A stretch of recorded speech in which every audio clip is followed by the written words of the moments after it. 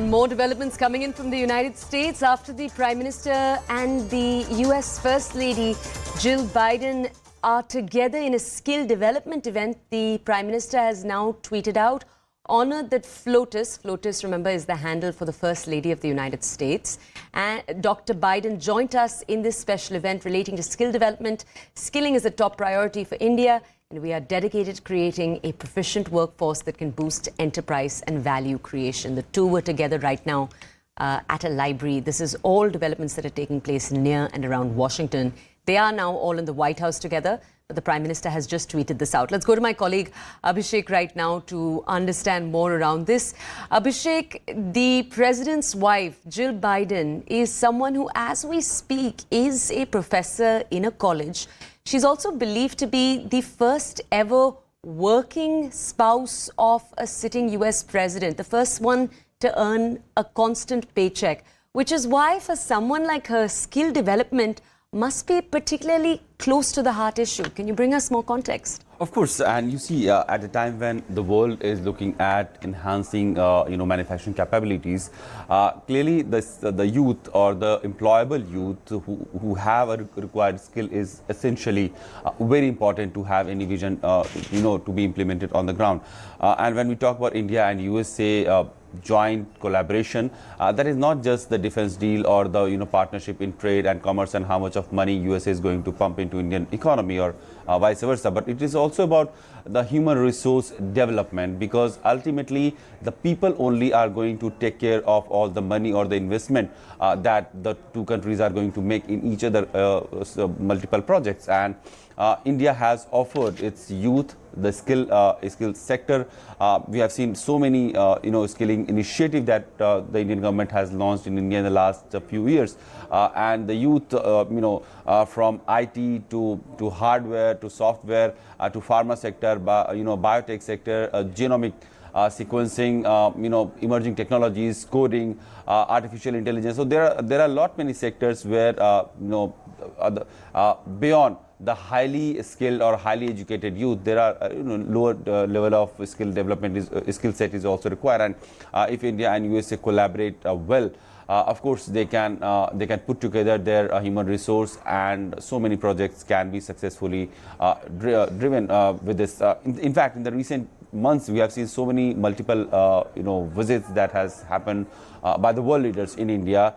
They have always talked about mobility issue, because they think that to continue to sustain the economic trajectory that they have been doing, they need more employable and skilled youth, and India has tried to offer them a lot of scope where they can take Indian youth there, they can train them, and they can utilize their skill set and their ability to ensure that their economy is sustained on that growth trajectory. That has happened with the German Chancellor coming to India, Israeli Prime Minister in India. That has happened with the Japanese Prime Minister visiting India. Every single leader has signed or tried to explore the opportunity of mobility, where Indian youth can be employed or taken to that country and integrated in the overall economic structure of that country. So clearly, when Jill Biden and Prime Minister Modi are discussing, Jill Biden happens to be the person who has been on the ground, first-hand training and involved in creating knowledge, infrastructure in a way, creating, or skilling or training a student. How much of that is essentially important for the two countries, and when Prime Minister's skill development vision is there in India, so how the two can be jointly, developed is something that the two leaders must have discussed. That can help India and US bilateral ties to sustain on a more aggressive way. Okay, Abhishek, let's now return our focus. Let me just tell our audiences that on the right side of their screens right now, the visuals that they're looking at are of the Prime Minister meeting with the US President Joe Biden and his wife Jill Biden at the White House. And in just a little while from now, they're all going to sit down for a dinner. Now, Abhishek, I want to come back to ask you. Experts have said that at this dinner, what's hoped is that largely the tone for tomorrow will be set right now. It's a sort of informal warming up, and the nuts and bolts will get ironed out for what's supposed to take place tomorrow. But tell us, Abhishek, you've been covering this entire beat for years now. How much work actually gets done at a dinner like this? Of course, I mean these dinners. I mean, for us, it looks like it may look like these two leaders are just going to sit together on a table and just have their lunch or dinner, or the food menu will be served. That will be like execute some exotic dishes, and the best of the chef and their skills will be at display. But beyond that, there is a lot of negotiations, or the kind of body language is something that is very important. People try to gauge each other, that how much of willingness is there to engage, how much of informality is there, how much of friendship is there, or is just a formal setup where they are being treated as a guest.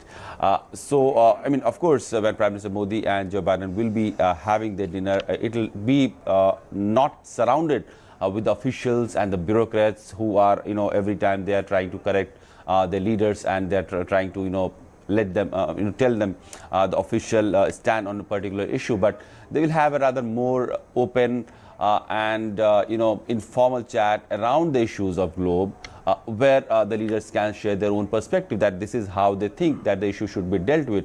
And we know right now India and USA are the two major economies, two major democracy in the world, which are needed in a leadership position on multiple issues, be it the issue of geopolitical interest, where Russia-Ukraine conflict has created a lot of bearing in terms of economic aspect of the world, inflation, for the overall supply chain crisis that has emerged out of the COVID, and then for the Chinese economic aggression. Then there are issues of Indo-Pacific, how to create a more robust architecture in defense, in strategic, something that can serve their strategic interests, also something that can also help create an overall financial infrastructure. That is FIPAC, that is being created by India, USA and other Quad partners. And there are other groupings also where India and USA are joining, which is very nascent stage, that is I2E2, where India, Israel, USA and UAE are partner, and they are trying to create a very robust growth